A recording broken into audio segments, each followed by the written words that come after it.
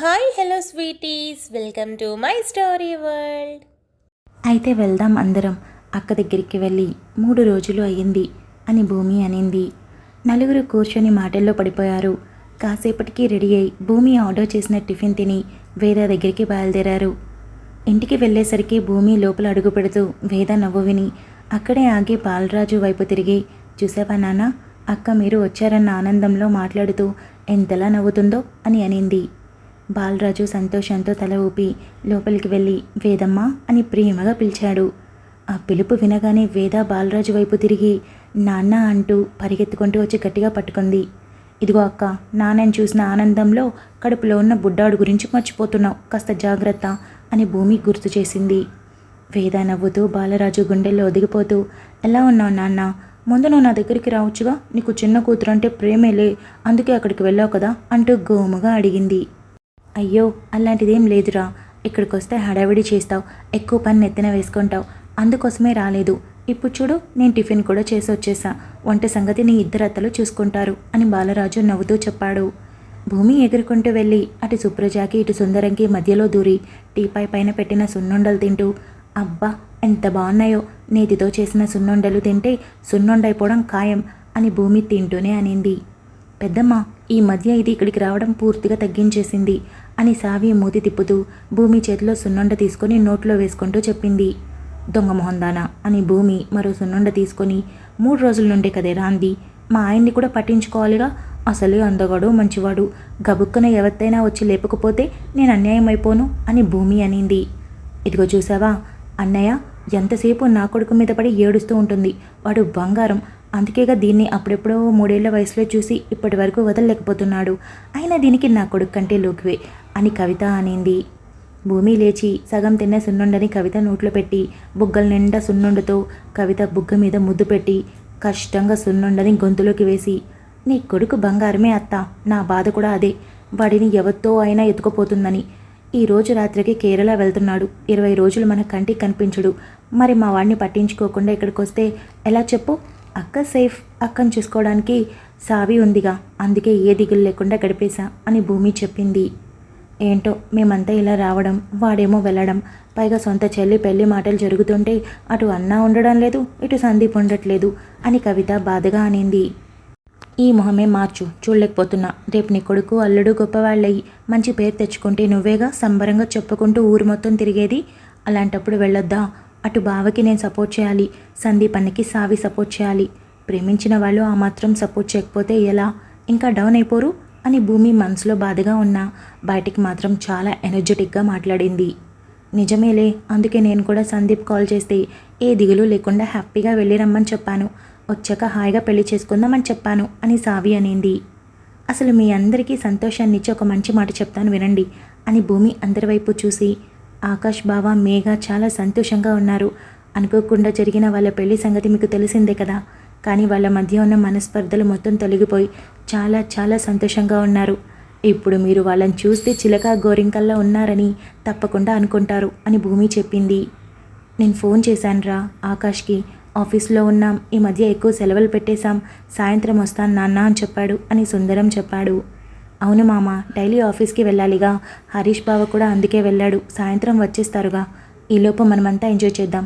ఇంతకీ మధ్యాహ్నం స్పెషల్స్ ఏంటి, అసలే ఈ మధ్యకాలం బావ చేతి వంట తిని నీరసించిపోయాను, నువ్వు ఎంతో బాగా చేసి ఆ టమోటా పచ్చడి నూరు, సుప్రజ అత్త నువ్వు మాత్రం కోడికూర చేయాల్సింది, నేనొక పట్టు పట్టాల్సింది అని భూమి చాలా హ్యాపీ ఫేస్తో చెప్పింది.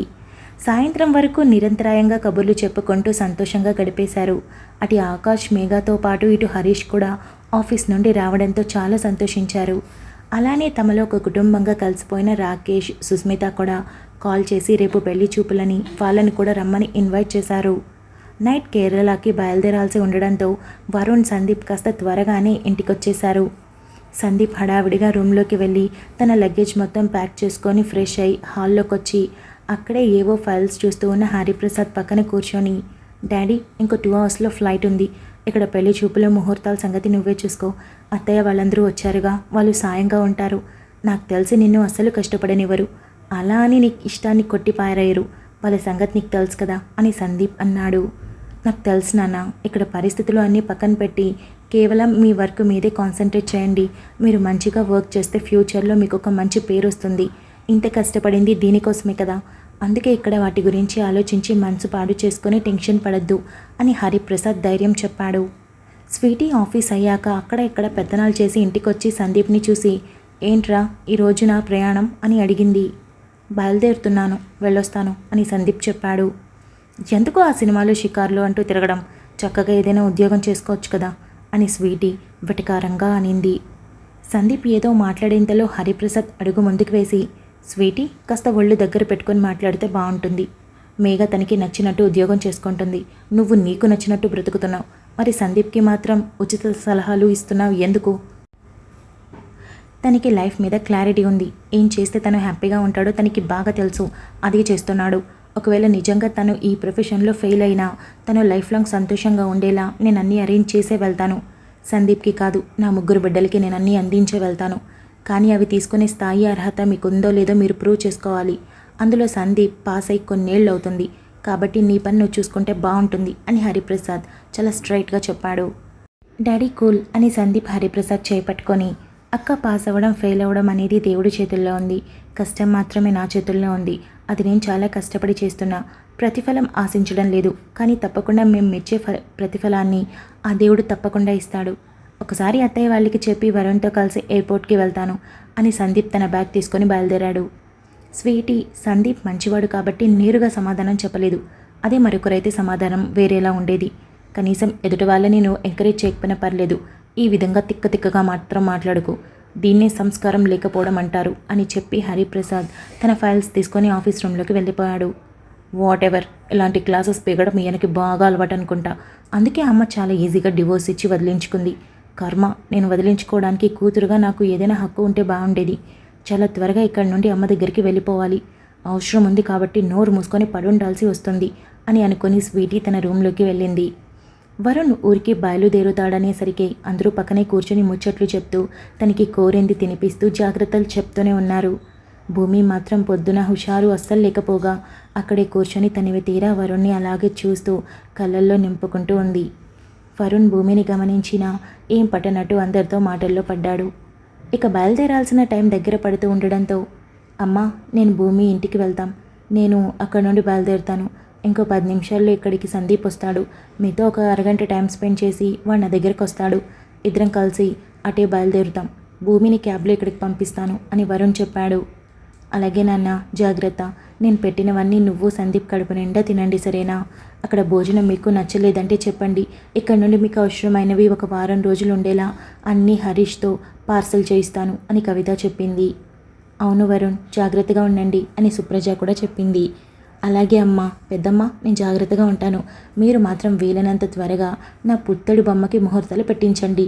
రాగానే పెళ్లి సందడి మొదలు పెట్టేద్దాం అని వరుణ్ సావి భుజం చుట్టూ చెయ్యేసి అన్నాడు. అన్నయ్య, నేను నీకు జాగ్రత్త చెప్పాలో సందీప్కి చెప్పాలో అర్థం కాని పరిస్థితుల్లో ఉన్నా. ఇద్దరు కాస్త కేర్గా ఉండండి, ఓకేనా అని సావి చెప్పింది. అలాగేరా, మేము జాగ్రత్తగా ఉంటాంలే. ఎంత 20 రోజులు కళ్ళు మూస్తే అలా గడిచిపోతాయి. సరే మరి, అందరూ జాగ్రత్త. అన్నయ్య, వదిన, బాయ్. ఆకాష్, మేఘ, బాయ్ అని చెప్పి ఆఖరిగా బాలరాజు దగ్గరికి వెళ్ళి, మామా నా భార్య జాగ్రత్త అని గుసగుసగా చెప్పాడు వరుణ్. తప్పకుండా అల్లుడు, నీ దగ్గరే వదిలి నేను ప్రశాంతంగా ఊర్లో ఉండిపోయాను. ఇప్పుడు బాధ్యత నాది. నువ్వు వచ్చే వరకు నా కూతుర్ని జాగ్రత్తగా కనిపెట్టుకొని ఉంటాను. నువ్వు మాత్రం సంతోషంగా వెళ్ళరా అని బాలరాజు ఒక ATM కార్డ్ తీసి వరుణ్ పాకెట్లో పెట్టాడు. ఎందుకు మామా, ఉన్నాయి నా దగ్గర అని వరుణ్ అనడంతో, అల్లుడు, నువ్వు మీ నాన్న పెదనాన్న కన్నా నాతో ఎక్కువ క్లోజ్గా ఉంటావు కదా, మరి నా అల్లుడు అవసరాలు ఏంటో నాకు తెలీదా? 2 లక్షల వరకు ఉంది, కావాలంటే మొత్తం వాడే. ఈ సంవత్సరం పంట రాబడి చాలా బాగా వచ్చింది. అంతా ఇంట్లో భద్రంగా ఉంది. నువ్వు మాత్రం ఇవి వాడి చాలకపోతే నాకు మళ్ళీ ఫోన్ చేయి. డ్రింకింగ్ స్మోకింగ్ మాత్రం చేయకు. నా కూతురు సంగతి నీకు తెలుసుగా అని బాలరాజు నవ్వుతూ చిన్న బెదిరింపు కూడా అందించాడు. అయ్యో మామ, అలాంటివి ఉండవులేదు, దానికి ఇష్టం లేదుగా అని భూమి వైపు చూసి, సరే బయలుదేరుతాం. అసలే వచ్చిన దగ్గర నుండి ఏం మాట్లాడకుండా డల్గా ఉంది అని బాలరాజుతో వరుణ్ చెప్పి, భూమి బయలుదేరుదాం అని అనడంతో భూమి ఏం మాట్లాడకుండా మౌనంగా బయటికి నడిచింది. వరుణ్ బైక్ స్టార్ట్ చేసి అందరికీ మరోసారి బాయ్ చెప్పి బైక్ స్టార్ట్ చేశాడు.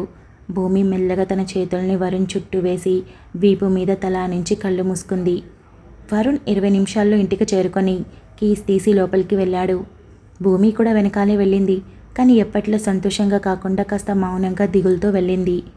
వరుణ్ భూమి సర్దిన బ్యాగ్ హాల్లో పెట్టి తన స్క్రిప్ట్, ల్యాప్టాప్, ఛార్జర్ ఇలా అవసరమైనవన్నీ మరో సైడ్ బ్యాగ్లో సర్దుకొని దానిని కూడా సోఫాలో పెట్టి దూరంగా కూర్చొని భూమి భూమి ఇలారా అని పిలిచాడు. భూమి కూర్చున్న చోటు నుండి లేచి వరుణ్ దగ్గరికి వెళ్ళి కూర్చుంది. వరుణ్ భూమి భుజం చుట్టూ చేయేసి ఏం ఆలోచిస్తున్నావురా, ఎందుకు దిగులుగా ఉన్నావు? నిన్నే కదా బోల్డ్ అంత ధైర్యం ఇచ్చేసావు నాకు. మరి నువ్వు ఇలా వెళ్ళే టైంకి దిగులుగా ఉంటే నేను అక్కడ పూర్తిగా అడ్జస్ట్ అవ్వలేను అని చెప్పాడు. బావ తెలియడం లేదు, ఎంత నవ్వడానికి ట్రై చేస్తున్నా నవ్వు రావట్లేదు, అందుకే డల్గా ఉన్నాను, లేదంటే నేను హ్యాపీగా పంపించాలనే నాకు ఉంది అని భూమి చెప్తుండగానే తన కళ్ళల్లో నీళ్లు తిరగడం వరుణ్ చూసి డీప్ హగ్ చేసుకొని 2 నిమిషాల పాటు సైలెంట్గా ఉండిపోయాడు. భూమి కళ్ళల్లో నీళ్లు బయటకు వదిలేసి నువ్వు చెప్పు, నువ్వు హ్యాపీగా వెళ్తున్నావా అని అడిగింది. అవును, నేను హ్యాపీగా వెళ్తున్నాను. నిన్నటి వరకు దిగులు పడడం వాస్తవం, కానీ ఇప్పుడు లేదు. ఎంత త్వరగా వెళితే అంత త్వరగా వచ్చేస్తాననిపిస్తోంది. పైగా నా వర్క్ కంప్లీట్ అయితే నాకు మంచి పేరు వస్తే నువ్వు హ్యాపీగా ఉంటావు. ఆ హ్యాపీనెస్ కోసం వెళ్ళాలనిపిస్తోంది. పైగా వచ్చాక సావి సందీప్ పెళ్ళుంది, ఆ పెళ్లి కోసం త్వరగా వచ్చేయాలనిపిస్తుంది. ముఖ్యంగా వచ్చాక నీతో గడపబోయే క్షణాలను గుర్తు చేసుకుంటే వెళ్ళాలనిపిస్తోంది అని చెప్పాడు. భూమి ఏం మాట్లాడకుండా వరుణ్ పెదవుల మీద నిమిషం పాటు వదలకుండా ముద్దిచ్చి దూరం జరిగి నేను స్ట్రాంగ్గా ఉంటాను బావా, కాకపోతే నిన్ను మిస్ అవుతున్న ఫీలింగ్, నువ్వు ఇంకా నా కళ్ళ ముందే ఉన్నావు కదా, అందుకే బాధగా ఉందంతే. నువ్వు వెళ్ళాక నార్మల్ అయిపోతాను, పెళ్లి పనుల్లో పడి ఇంకా మామూలు అయిపోతాను. నువ్వు ఫోన్ చేస్తే కానీ నాకు గుర్తురావేమో అని భూమి చిన్నపాటి నవ్వుతో అనింది.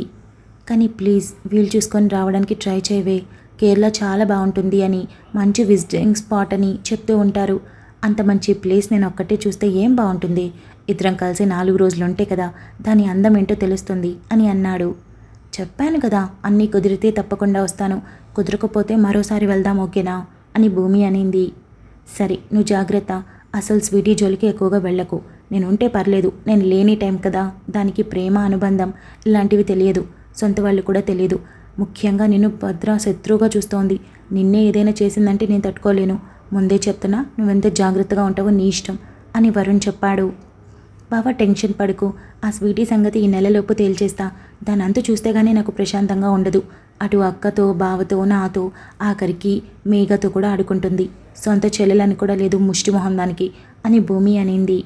అయినా ఇప్పుడు దాని గురించి మనకెందుకు, నువ్వు జాగ్రత్తగా ఉండు, గుర్తుపెట్టుకో. ఎక్కడికంటే అక్కడికి పారిపోకు, నీ కాళ్ళ కింద చక్రాలు ఉంటాయి. ఏ పనైనా ఇంట్లో వాళ్ళకి చెప్పు చేస్తారు. నేను వచ్చేసరికి ఈ బుజ్జిగా ఉన్న బుగ్గలు మరింత ముద్దుగా తయారవ్వాలి అని వరుణ్ గారంగా చెప్పాడు. సరే నువ్వు జాగ్రత్త, సందీప్ అన్నయ్య కూడా ఉన్నాడు అనుకో, కంగారేం లేదు, కాకపోతే దూరం వెళ్తున్నావు కదా అదే టెన్షన్ అని భూమి అనింది. అంతలో సందీప్ రావడంతో ఇదేంటి సందీప్ అన్నయ్య అప్పుడే వచ్చేసాడు అని భూమి అడిగింది. వరుణ్ చిన్న నవ్వుతో టైం అయింది కదా అని వెళ్ళాలిగా, ఫ్లైట్ మిస్ అయితే ప్రొడ్యూసర్ అంత ఎత్తున లేస్తాడు, పాపం డబ్బు ఖర్చు అవుతుంది కదా అని వరుణ్ అనడంతో చేసేదేం లేక భూమి లేచి జాగ్రత్త అన్నయ్య, ఒకరినొకరు జాగ్రత్తగా చూసుకోండి, ఇక్కడ మీ ఇద్దరి కోసం నేను సావి ఎదురు చూస్తూ ఉంటాం అని భూమి చెప్పింది. జాగ్రత్తగా వెళ్తొస్తారా? దగ్గరే, మీరు రావాలంటే రావచ్చు. నేను సావితో కూడా చెప్పాను కుదిరితే రా అని, కానీ పెళ్లి పెట్టుకొని అందరినీ పెట్టుకొని వస్తే బాగుండదు కదా, అందుకే తను రాను అని చెప్పింది. నేను ఓకే చెప్పేశా. అయినా నువ్వు రావచ్చుగా, నీకు పెళ్ళయింది, లైసెన్స్ ఉంది, ఎవరు ఏమనరు, మీ ఆయనతో హనీమూన్ అనుకుంటారు అని సందీప్ అన్నాడు. లేదన్నయ్య, ఇక్కడ ముహూర్తాలు చూడాలి, మీరు వచ్చేసరికి ఎంగేజ్మెంట్ డేట్ ఫిక్స్ చేసుకోవాలి, షాపింగ్ చేయాలి, చాలా పనులున్నాయిగా. అత్తయ్య వాళ్ళు ఎంత వీలైతే అంత త్వరగా పెళ్లి చేయాలని చూస్తున్నారు అని భూమి చెప్పింది. ఆ తొందర నాకు ఉందిలే అని సందీప్ చిన్న నవ్వు నవ్వి సరే నేను జాగ్రత్తగా ఉంటాం, ఇక్కడ మీరు కూడా జాగ్రత్తగా ఉండండి, ముఖ్యంగా మా అక్కతో అని సందీప్ లాస్ట్లో వార్నింగ్ లాగా కాస్త సీరియస్గా చెప్పాడు. వరుణ్ భూమి ఒకరి మొహాలు ఒకరు చూసుకోవడంతో మా అక్క కనీసం నేను కేరళ వెళ్తున్నందుకు ఆల్ ది బెస్ట్ కానీ, జాగ్రత్త కానీ, హ్యాపీ జర్నీ కానీ చెప్పలేదు. పైగా నేనేదో ఖాళీగా తిరుగుతున్నట్టు లెక్చర్ ఇస్తుంది. నాన్న కాస్త గడ్డి పెడితే నోరు మూసుకొని రూమ్లోకి వెళ్ళింది. అందుకే పట్టుబట్టి చెప్తున్నా, కాస్త జాగ్రత్తగా ఉండు, ముఖ్యంగా నువ్వే భూమి అని సందీప్ చెప్పాడు. సరే అన్నయ్య, జాగ్రత్తగా ఉంటాను, మీ మాటను ఎందుకు కాదంటాను అని భూమి అనింది. సరే క్యాబ్ బుక్ చేస్తాను, నువ్వు బయలుదేరాక మేము బయలుదేరుతాం అని వరుణ్ అన్నాడు. వద్దు బావా, నాన్న, అత్తయ్య, మామయ్య పడుకోవడానికి ఇక్కడికి వస్తున్నారు, కాసేపట్లో వచ్చేస్తారులే. నేను ఆఖరిగా వచ్చేటప్పుడు ఆ మాట చెప్పాను, అక్కడ అంతమంది సరిపోరు, అడ్జస్ట్ అవ్వాలి, ఇక్కడైతే ఫ్రీగా ఉంటాంగా అని భూమి అనింది. అలా అయితే డోర్ లాక్ చేసి ఇంట్లో ఉండు. ఎవరైనా తలుపు చప్పుడు చేస్తే కిటికీలో నుండి వాళ్ళు ఎవరో ఏంటో చూసి మాట్లాడి డోర్ ఓపెన్ చేయి. అంతేకాని ఆవేశంగా డోర్ ఓపెన్ చేయకు అని వరుణ్ చెప్పాడు. అలాగే బావా అని వరుణ్ సందీప్తో పాటుగా బయటికి వెళ్ళింది. ఇద్దరు లగేజ్ మొత్తం సర్దుకొని కారులో కూర్చున్న తర్వాత భూమి బాధగా బాయ్ చెప్పి ఇంట్లోకి వచ్చేసింది. డోర్ లాక్ చేయబోతున్న భూమి తలుపు నెట్టడంతో ఉలిక్కిపడి చూసి, ఏమైంది బావా, ఏమైనా మర్చిపోయావా అని అడిగింది. వరుణ్ భూమి ఫోహెడ్ మీద కిస్ చేసి టైట్గా పట్టుకొని, I miss you so much and I love you, be careful అని వరుణ్ చెప్పడంతో, మీ టూ అని భూమి కూడా నవ్వుతూ చెప్పింది. సరే సరే బాయ్ బాయ్, టైం అయిపోయింది అని వరుణ్ పరుగులాంటి అడుగులతో వెళ్ళి కారులో కూర్చొని తన కళ్ళ ముందే వెళ్ళిపోయారు. Thank you so much for listening guys. Update నచ్చినట్టయితే లైక్ చేయండి, షేర్ చేయండి, కమెంట్ చేయండి, అలానే సబ్స్క్రైబ్ చేసుకోండి.